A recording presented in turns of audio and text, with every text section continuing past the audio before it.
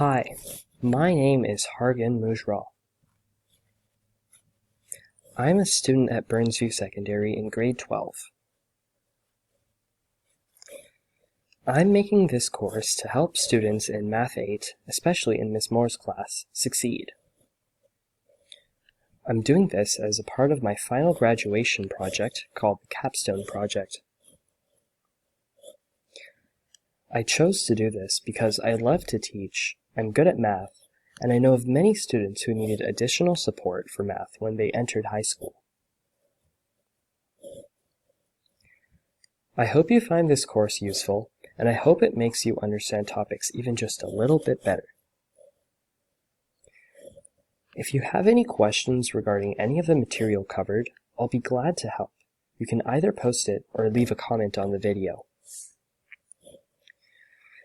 Be sure to follow along with the videos by pausing the video and solving the questions, and be sure to do each of the practice quizzes, then check your answers with the posted solutions.